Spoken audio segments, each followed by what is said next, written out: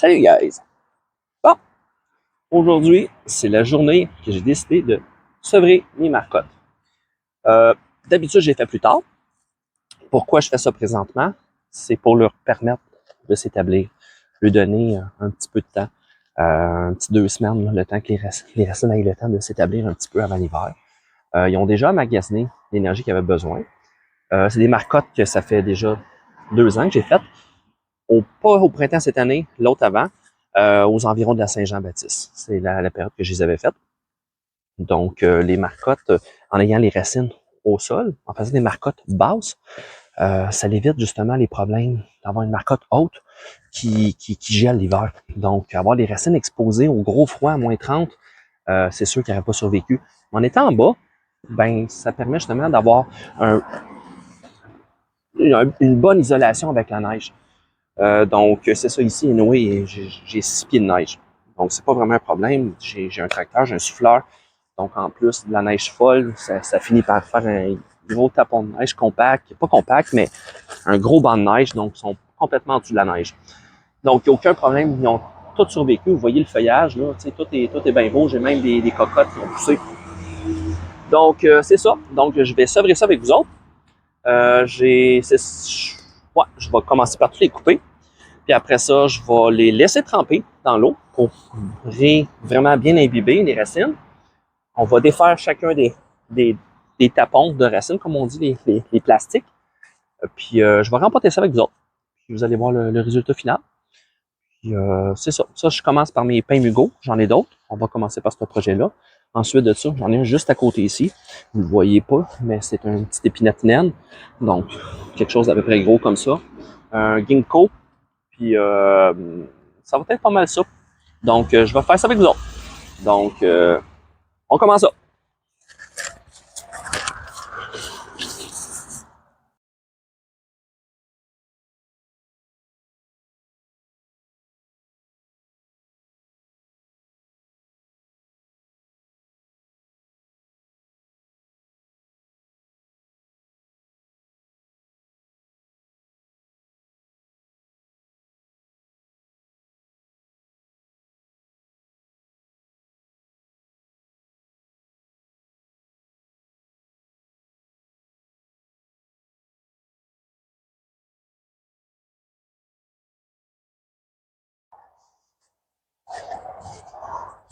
Hey! Bon, les arbres sont sevrés. Donc, vous voyez ici toutes les marcottes. Une grosse ici. Il y en a que j'ai eu un petit peu plus de misère. Les marcottes étaient prises, vu qu'ils sont sur le bord du sol. Il y a des racines qui ont sorti, qui avaient commencé à s'établir, ce qui est une bonne chose pour moi, en fait. Et j'ai pris un petit peu plus mon temps. Donc, prochaine étape, je vais commencer par défaire mes plastiques. Et à côté de moi ici, je pense qu'on ne le voit pas dans la caméra, mais j'ai un demi-baril, un 45 gallons d'eau. J'aime toujours ça, me garder un baril d'eau. J'en ai plusieurs. C'est un endroit que j'aime travailler. C'est mon petit spot, mon endroit un peu moins propre, mais mon endroit de travail. Quand j'ai besoin, je m'en viens ici, soit pour tamiser du substrat, enlever la poussière ou whatever. Donc, je vais défaire ça, je vais les tremper. Les racines vont rester humides, ils vont tremper le temps que je les passe un après l'autre. Donc là, il faut que j'établisse un ratio, savoir qu'est-ce que je garde.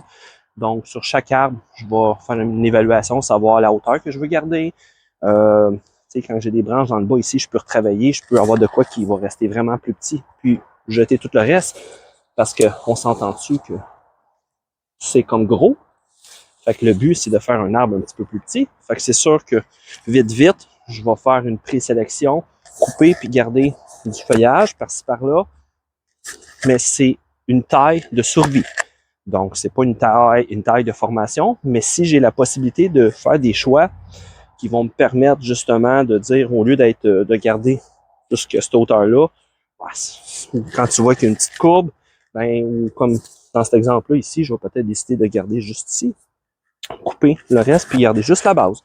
Donc, présélection pour garder un ratio entre les racines et le nombre de feuillages. Puis, c'est ça. On va passer un après l'autre. Je vais les rempoter dans des fonds de chaudière. J'en ai plein. Donc, avec mon substrat, on va attacher ça au pot pour le stabiliser, pour que les racines aient le temps de se placer. Un coup que ça va faire 1 an, ils vont être stables. Après, ça va être moins pire. Mais pour le moment, c'est ça, c'est important de les stabiliser. Puis le reste, ben, c'est ça. On va voir au fur et à mesure. Donc, je fais ça avec vous autres en hyperlapse. Puis, c'est ça.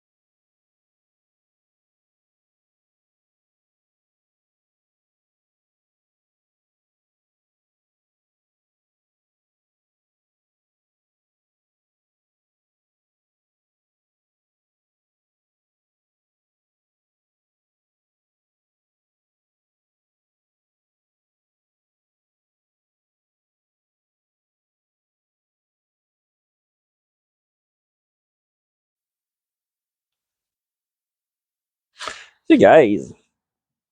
Bon, mon vidéo a été faite en 2 parties. Donc, hier soir, il commençait à être trop tard. Il faisait trop noir pour que je puisse compléter ça après souper. Parce que, bien oui, c'est la fin de la saison, puis les journées raccourcissent beaucoup. Donc, je complète ça aujourd'hui. Puis en même temps, mon cellulaire a manqué de batterie hier. Donc, l'hyperlapse, il va manquer deux petits arbres à la fin. C'est pas bien grave. Vous avez compris le principe, vous avez vu. Je voulais juste partager ça vite vite avec vous autres. Allez voir, ça me fait 10 beaux projets, des beaux pains Hugo. Quand j'ai coupé la base de chacun, je coupe vite vite sur mon arbre, puis après ça, j'enlève le reste. Fait que ces morceaux-là sont intéressants parce qu'on peut calculer l'âge de l'arbre. Mais ce pain Hugo-là, je sais, c'est moi qui l'ai planté, là, je me trompe pas, 18 ans, ici. Puis justement, c'est un pain qui venait de la Rive-Sud. Je l'ai transplanté, puis il y avait déjà quand même quelques années. Donc, c'est quand même assez facile. avec justement les restants, les mognons, on peut calculer, puis j'ai évalué à au moins 23 ans. On voit les anneaux sont petits dessus. Donc, c'est ça. Fait que c'est des arbres qui ont, mettons, surtout quand on regarde plus les plus gros, il y en a qui c'est des branches qui sont sorties un petit peu plus hautes. Donc, peut-être 2-3 ans de moins. C'est toutes aux environs d'une vingtaine d'années. Peut-être ça ici est plus petit, les branches du bas. C'est peut-être une branche qui est ressortie par après. Donc, on peut pas vraiment dire qu'il y a la même âge que l'arbre. Mais les plus gros, lui, ça a tout au moins 20 ans. Donc, ceux-là ici, j'ai calculé au moins 23 ans. Donc, ça ressemble pas mal à ça. Fait que c'est des beaux petits projets. C'est pas des bonsaïs, on s'entend. C'est des petits projets qui vont évoluer tranquillement. L'important, comme ici, regardez, si j'ai coupé, j'avais des grosses branches là. J'ai gardé vraiment juste ce que j'avais besoin. J'ai 3 beaux bourgeons à la base. 4 en fait, plus une petite branche. Donc, c'est là va tirer le jus, va faire favoriser la croissance l'année prochaine pour le développement des nouvelles racines. Puis le reste, après ça, ceux-là, ils vont s'établir, ils vont pousser. Puis on va établir justement une nouvelle arbre avec ça. On va peut-être sculpter ça ici. Puis on va faire des beaux jeans. Ça va faire un beau petit bonsaï qui coûte 0. On utilise ce qu'on a. Donc, moi, c'est pas mal comme ça que je fais. Je plante des arbres ici. Quand ça fait plus où ils sont trop gros, je marcotte. On fait des bonsaïs avec. On multiplie. Ça fait des projets intéressants.